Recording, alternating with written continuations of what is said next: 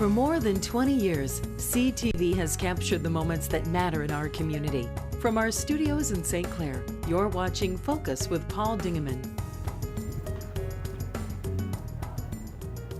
Welcome to another edition of the Focus program. My name is Paul Dingeman. Glad to have you along. This program, of course, appears in Marine City, St. Clair, each Sunday, Monday, and Tuesday. Now also in Port Huron on Channel 6 there on Mondays and Wednesdays, and throughout the county on Thursdays and Fridays. So we're glad you're along.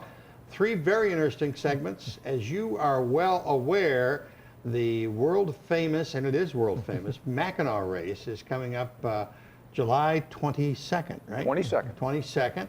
And there's always a wonderful, wonderful breakfast that's served underneath the bank building. It is. It's been going on for years, put on by the Optimist Club. Art Smith, welcome to the Focus set. Thank you, except it's the Kiwanis Club. Kiwanis Club. Why did I say Optimist? I don't know, Because you're Paul. optimistic. There We're you go. optimistic. And there's two Kiwanis Clubs. We are the Kiwanis Club of Blue Water area. Okay. And we're the ones putting on the breakfast. But you have been doing that for Many many years. Yes, we have been. And Terry Harrington, you are really the guy behind it that does the flipping along with Art. You both work on the We both project. do. We have caterers who do the cooking, but I'll serve you the coffee if you come down. There you Paul. go. There you go. There you go. All right, let's back up a little bit. It is Saturday, the July 22nd, the morning of the race. Everybody is invited, right? Everybody, and then some. Okay. Yes. And we start at 6:30 in the morning, so any early risers, we're ready to go at 6:30. Do you get a lot of crew members at 6:30? We get some later. I wouldn't say too many at 6:30, but we've got our regulars that come at 6:30 every year. We know who they are. And what they eat and how much they eat, and you're glad to That's have right, them come and back. we're glad to have them come back. Yep. Terry, what goes on besides that? Just how many people show up? How many Well, I think people we- does it take to put on? Well, we have our club. We have about 18 members, and so we have most of the members are there. We also have a few others who come in and just kind of help support because they like the project and they just like being there. And they were club members in the past, and so we probably have a good crew. I say about 20 who come out every Saturday to put this on for the 4 hours that we're there. But it's a lot of fun. Great way to see the race from a whole different perspective because Right. you're watching the crews get ready. Yeah. And and a lot of crew members come and join us, so you have an opportunity to talk to some of them and learn some of their exploits out in the lake that we don't always get to hear about. And it's just another unique perspective to watch the race. And Paul, we'll normally have between 450 to 500. When we're all done at 10 o'clock, there's still usually a line, but we don't turn anyone away. But when we get done counting the tickets, that's normally where we are, in the 400s. You personally are still running. I have had the opportunity to see you at the Artful Dodger 5K run a week ago. Well, yes, I am. However, I was quite dismayed to the fact that there was no 70 and over category. Oh, really? Yes, it ended at 65, and now I have to give up 11 years to those young 65-year-olds. But I enjoyed it. It was a great race. Your history, and I'm just getting off on a tangent here on a sidetrack. You've been to the Boston Marathon. You've been all over the. I've ran Boston 5 times, yes. Isn't that wonderful? Well, it's a long time ago, but I still like to think back to when I was able to do it. And it's been part of your life forever, hasn't it? Well, I've run the last 3 or 4 decades. I got started late, but I'm making up for You're lost making time. up for lost Making up for time. lost Making time. up for lost Yes, time. I sure am. Terry and I, we don't do that. We watch it on television. Well, that's okay. It's never too late to start, though. Talk to me about the Kiwanis Club of the Blue Water area. What kinds of things do you guys do? Well, we have a lot of projects that we like to support, and the whole premise for Kiwanis is supporting children of the world. Okay, that's your okay. That's the thing that we do. I mean, we do everything from we have a Cub Scout troop, we support the Girl Scouts, we support Little League. We sponsor some Little League teams, support here in City Rec among. And we just do a lot of other things. Roof Sit is another one that real popular event. We help provide some. We're one of the sponsors, help them with that. Oh, great. And support that. Of course, one of the things I know I enjoy is the bell ringing at the Christmas time. With the Salvation Army. Salvation Army. That's a lot of fun. That's a lot. Actually, I find that the worse the weather, the better we do. You figure. So, but feel bad. That's right. Sympathy on you. Yeah. We do a lot of things with the schools. Like we work with Woodrow Wilson with their All-Star Day as they get the kids back to school and start promoting attendance and those kind of things. So we support that. Imagination Library is a big program we do. The Sons program. Yeah, we're all familiar with that. Youth for Christ. Riley Alley. Riley Alley, yep. With that, Operation Transformation Family Night, which is coming up on the Thursday of Mackinac race. We're one of the sponsors for that. So we have a lot of different programs. That's an awful lot of stuff, community activities for a group of only 18 people. It is. You guys are busy all the time. We're pretty busy. Yeah. And one thing that parents might not recognize us as Kiwanians for, but if they are taking their children up to Sanborn Park for the Halloween walk through the park, we are the people that are Mickey and Minnie Mouse in there. That's that's us. That's some pretty scary ones too. Well, they like Minnie and Mickey. Oh, okay. They like those. We get a lot of pictures taken with the kids as they come through. So this is your major fundraiser, or do you have other ones? Well, our major fundraiser is the sale of our gourmet nuts that you will find in the season of the year, in the Christmas season of the year, in a lot of the banks in the area, and that is our major fundraiser. This is also a fundraiser for us, this breakfast at Dockside, and then we'll also sell some T-shirts along the side. Okay, that's good. Yeah. But this is the one where we can really reach out and get out into the community and tell them about Kiwanis, what we do, and kind of puts our face on the project. A lot of these projects, you donate the money, don't really know who does it, and goes to good causes. But this is really for us, the whole breakfast at Dockside. That's the face of our Kiwanis Club and our opportunity to kind of reach out and meet. Like all clubs, they've sort of go up and go down in population. We've seen a resurgence of millennial people coming into some of these clubs now. Are you experiencing that too? We're still waiting for them. Okay. But we're available. Okay. Well, it's tough. I mean, It is.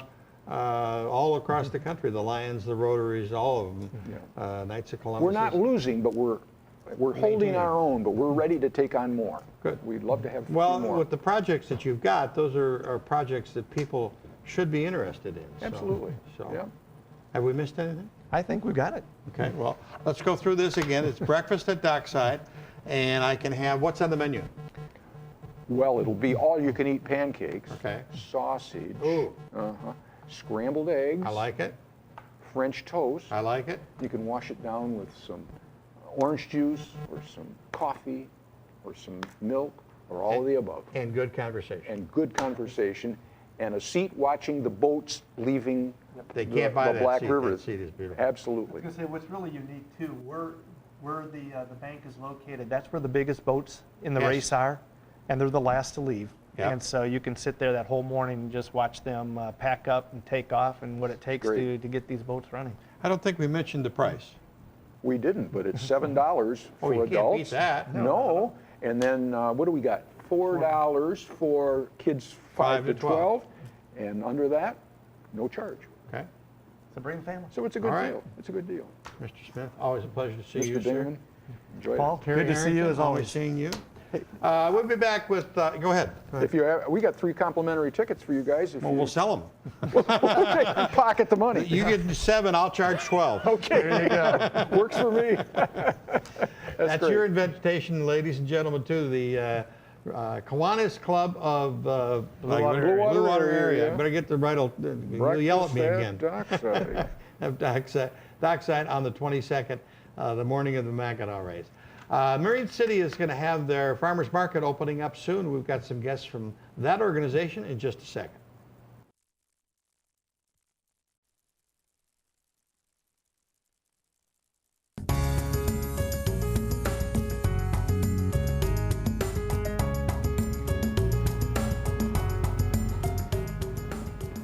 It's a great time of the year because something's going to happen real soon, and that is farmers markets are opening. Cheryl Devereaux, Marine City Farmers Market. Welcome back to Focus Set. Nice to see you. Nice to see you. It's an exciting time, and farmers markets are just around the corner. Yeah. And you are this year's chairman, boss, Market manager. market. I like that title. Market manager. Market manager. Yes. For the Marine City Farmers Market, there's a number of things happening this year that are exciting, and we thought we better get you in here to tell us about it. Yeah, What's happening? Thank you so much. Well, one of the things we want to talk about is the fact that it's not just a farmer's market, it's an experience this year. Okay. We moved to Marine City Lions Club. Oh, that's new. Yes, and that's where the 545 Ward Street is, by the Little League Park. Yep. And one of the things why we moved there is we are having an indoor-outdoor market. Very good. So it'll make it easier for a lot of people that don't need to bring a tent and tables and that kind of thing. And it'll protect their items, such as Nancy's items would, got ruined sometimes in the wind and rain. So this is going to help. We also have a commercial kitchen available. Wow. So we're going to be expanding on that, but we will have food this year. We have plans for an incubator kitchen, a lot more in that line, but... What's the incubator kitchen gonna An do? incubator kitchen is that people who are making products that don't fit the cottage food industry and need a commercial kitchen to be able to work in. We have a kitchen available, so if there's anybody who is looking for one, come to talk to me, and we will work it out for you. That sounds like a great idea. Yeah, it's going to be great. And, we have so many more ideas. We've got an expanded kids zone. Every week we've got different activities that Susan's going to talk about. Nancy's going to talk a little bit about some of the vendors and what the opportunities for them. But when does the market open? July 13th. It's from 8 a.m. to 2 p.m. And it's every Thursday through October 26th. Okay. And at this point, you're looking for some sponsorships. We're looking. What kinds of things are available? Well, we have several different levels. Sweet pea is between $1 to $99. Bread basket is $100 to $249. Each different, depending on how much they contribute, gets different things, such as Tasty Tomato. You get 7 sponsor mentions in our ads, recognition on our website and Facebook page, and we're giving out market bags to the first 100 people coming, and it will have the sponsors of the market on the bag. Okay. All right. Nancy, you are in charge of the kids zone. What is a kid? Oh, The kids zone is Sue. okay, Sue. I'm sorry. Yeah. Last year I volunteered a little bit with the kids zone to entertain them with some crafts and activities. So mom and dad can shop. Correct. And also mom and dad can participate. Okay. This year we're expanding that. We're actually developed a calendar. We have a theme every week that even the vendors can participate in. Wow. We're doing rock painting parties, Crazy Hat Day. We are doing something special. Marine City is celebrating their 150th year. So we've appropriately named one of our events. We're having a country fair day in August. And we're having a Zucchini 150. Is that what this is? We're going to have the kids build those and race them. Look at this little guy. Who built this one? This we did. This is mobile. We wanted to be able to have the kids reuse the equipment. So he's just sitting there. It'll be permanently attached for the race. But that's our little, there's a little name on the sample outside thing. here. Yep. Marine City Zucchini 150. I love it. When is the race going to be? August 24th, and we have a rain date of August 31st. But Well, we're not going to worry about that right now. I love this. This is a great idea. And they're going to make hats too? We're going to have Crazy Hat Day where they can wear crazy hats and make crazy hats. We're going to have a Superhero Day where we have special guest appearances scheduled for at least 3 superheroes. Is it during the whole duration of the farmers market or a specific hour? It's from 10 to 1 p.m.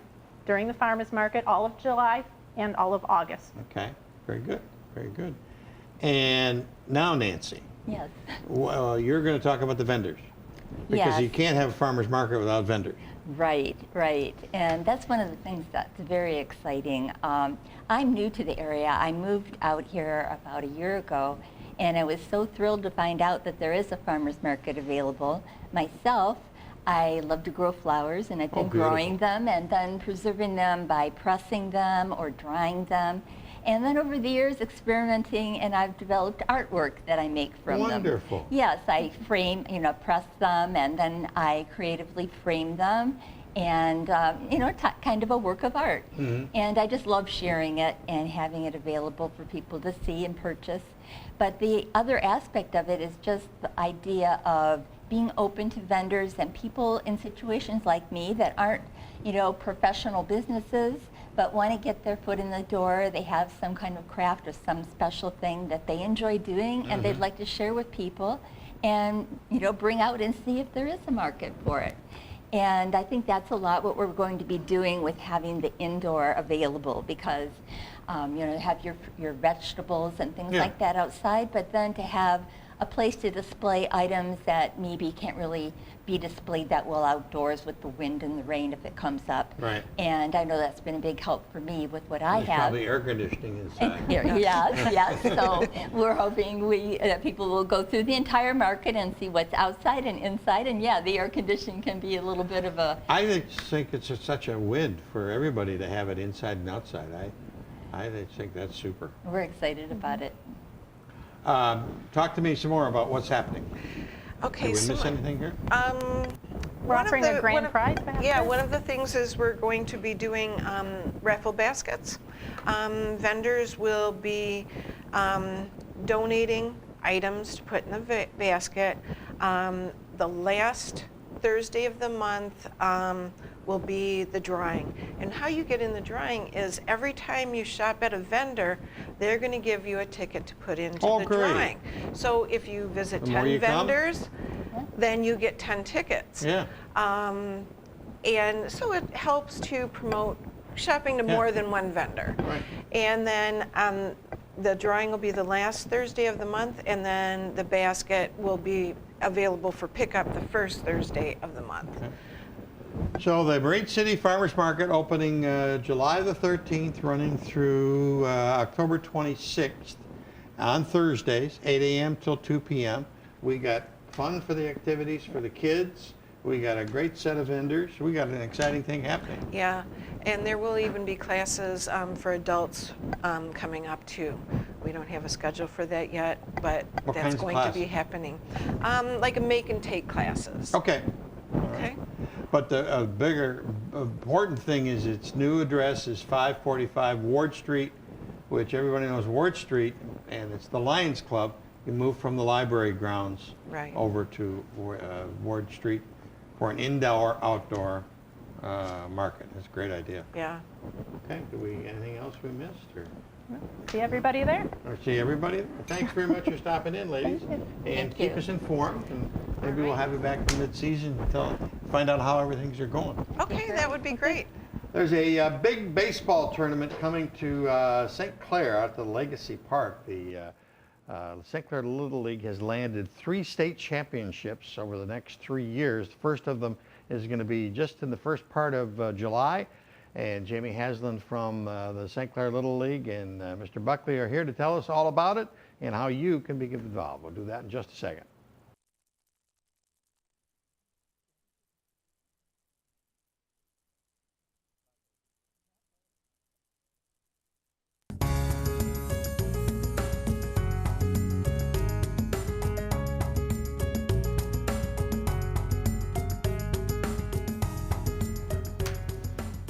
Baseball, play ball. It's going to happen this July in a big, big way out at the beautiful Legacy Park.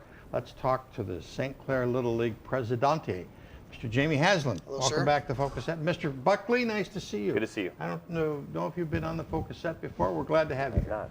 Glad to have you here. Good to be here. You guys have done some marvelous things out there at Legacy Park, and now you're putting a new road in, which I think is great. You're gonna, golly, Yeah, gee, we didn't really do that. I'm just really, take credit for it, take credit for it. But you've got been awarded 3 state championships over the next 3 summers. That's right. First of those is going to be beginning in July the 13th. Tell me all about it. How do the people get involved? How can they help you? Well, that's a great question. And in fact, it'll be this July 13th, like you said. And, you know, hosting a 12-year-old girls state tournament is a big deal. This is the biggest for the girls. because the 12-year-old season is kind of the pinnacle for Little League. Okay. It's it's the last year that there is the junior and senior seasons, but the 12-year-old season is the big one. So there's the World Series, and you continue to go on. So the state tournament for us to host this one is a pretty big deal, and there's a lot of ways to get involved. You can get involved just volunteering with Mr. Buckley here. He has tons of stuff that needs to be done. We have scorekeepers, we have concessions, we have field maintenance, we have just cleaning up around the park. It's a pretty big deal. We're gonna have we have 16 teams here, 16 teams from all across Michigan. Hopefully we only have 15 teams here, because hopefully we're one of them. But that's a lot of people. How many staying members here. per team, round figure? About 13. 13 And is a mom pretty and good dad average. and aunts Mom and uncles dad and grandma. grandmas and This is the biggest deal. It's the state tournament, so everybody comes. So, and they're staying in the area too, which is something that you and I have talked about quite a bit. It's something I love, is that all these people will be enjoying not only St. Clair Little League, but Marine City and Marysville and Port Huron. In fact, they really probably aren't going to be staying in St. Clair for the most part, because there's nowhere to stay. Right. So they'll be staying, in Port Huron and in Marine City and in Marysville. So they're going to see all this area has to offer, and I love that about something like this. So. Okay, so 16 teams. 16 teams. And they're coming in, the 13th is what day of the week? That's arrival day. It's a Thursday. Okay, arrival day, and you got some festivities for them. We do. How do the games play out? When do they? Well, they start on Friday morning at 9 o'clock. 9 o'clock Friday morning. Tom Buckley is the tournament director, and he's kind of spearheaded this whole project. And in fact, I haven't even been to all of his meetings. He's kind of run this show. So. And he's noted that on a I bet. I'm sure he has. Yeah. No, he's been fantastic. So, the details, probably Tom's your guy, but they start, I know, Friday morning at 9 o'clock, and then What I happens? can't tell you from there. We're going to be running 2 diamonds, all day Friday, all day Saturday, most of the day Sunday, and then we start with our championship games on Monday, with the final championship game on Tuesday at noon. Wow. So they're here for a long time. Yeah, they are, which is awesome. I mean, that's. Yeah. Yeah. And you've been on the other end of it, where you've gone to state championships and you keep calling back home and saying, we won, we're staying another day. Yeah. Yeah, the best thing about this is we've seen quite a few state titles. Tom's visited some with the kids. I've been to quite a few, and so we're hoping that we've taken a lot from all of those state tournaments, and that we bring it in here for these girls and just really host the best state tournament you've ever seen. I really expect that's what you're going to see. So I don't have to have a child necessarily participating with St. Clair Little League to come and volunteer. Absolutely not, no. This is going to be really a community event, so we're really hoping to get a lot of different people. Whether you've been involved with Little League or not, feel free to come out and give us a hand, and see what it's all about. Like Jamie said, we've had a lot of people, a lot of coaches, a lot of parents go to a lot of state tournaments throughout the years, and we've got a great team of people that are working on this. We've got about 6 different committees that are putting things together, and all of them have seen a state tournament at one point or another. So they're bringing the best of what they've seen in the past to St. Clair. Beautiful. All right, the 13th, you're going to have a parade. Downtown St. Clair. Talk to me about that. How about downtown St. Clair, right? Yeah. Not that anybody's asked for a parade back downtown St. No. Clair with Little League, right? Right. So this is something we talked about right from the beginning, is, like Tom just said, we want this to be a community event. Not typically what you do when you go to a state tournament is you have a parade within the park, and you start at one end of the park, and you walk through with your banner, and you walk onto the field, and they announce your name. It's okay. It's neat. What we talked about from the very beginning, right when we knew we were getting this, is we need to get this thing downtown. It needs to be a community event. So these girls, and this is pretty rare, are going to get to walk downtown, walk on the water, walk in front of the TV. water. Well, walk out in front of the water and walk in front of your TV cameras and carry those banners. And I believe, and I'm pretty confident that this is something that we decided that we will have our little leaguers participating in that parade if they choose to as well. It's something that I think some of the guys have talked to me about a little bit, so I think that's something that we've talked about. So just a big It's a parade. work in process. A big, yeah, well, we're not done with all the details yet, but a big parade, and just, we want to make it as big as we can for these girls. Like I said, it's their 12-year-old year. It's the normal parade route for participants in parades in St. Clair. They're going to line up behind the mall, come in front of the Riverview Plaza, then come back into the center court area, the Plaza, Like the homecoming. Plaza Park area now, and then there'll be some ceremonies. That's right. Yep, kind of like a homecoming event, right? Yeah, we're going to have all the teams come through. We'll have a chance for them to get their picture taken, with the beautiful St. Clair River as the backdrop. And then we're going to line them up, and we have a lot of things we do with Little League. Obviously, Jamie will say a few words. We're hoping to talk to the mayor, see if he's available to come in and say a few words of welcome to St. Clair. And then we have the Little League Pledge, and then we're going to do a big national anthem, working on maybe a surprise singer for that. We're still in the works, but we're going to have that, and a really nice ceremony for all the teams that come from across the state. Great. All right, so if people want to get a hold of you, how it's easiest, by your Facebook page? Or? Facebook page is a really good way to do it. And what's that address? St. Clair Little League / Yeah, it's just St. Clair Little League. Yeah, Yep. Facebook, search St. Clair Little League on Facebook. You should be able to find us. Okay. Your cell phone number I would be do fine. have, I'm not going to give my cell phone number, but I do have actually set up a separate email. It's TD St. Clair TD St. Clair 2017 2017 at gmail.com. at gmail.com. So it's TD St. Clair 2017 at Gmail. That's not Yeah, bad. I've set that up separate, so it's only about the tournament this year. All that information is going to come to there. If you want to email me a name and some contact information, we're developing a list of volunteers right now. We're going to be calling and seeing if we can get them out there to give us a hand. How many volunteers do you think you need for the weekend? It's 5 days, right? It's 5 days. It's going to be a lot to do. We're looking at probably 8 or 10 a day, so depends on how much people want to be there. If they want to come for the whole weekend, we're certainly not going to say no. Right. In the weekdays, I worry about a little bit during the work hours. Maybe teachers and anybody with that kind of profession that has the time in the summer on Friday and Monday and Tuesday. Those are the ones I think that would be the times we could use the most help.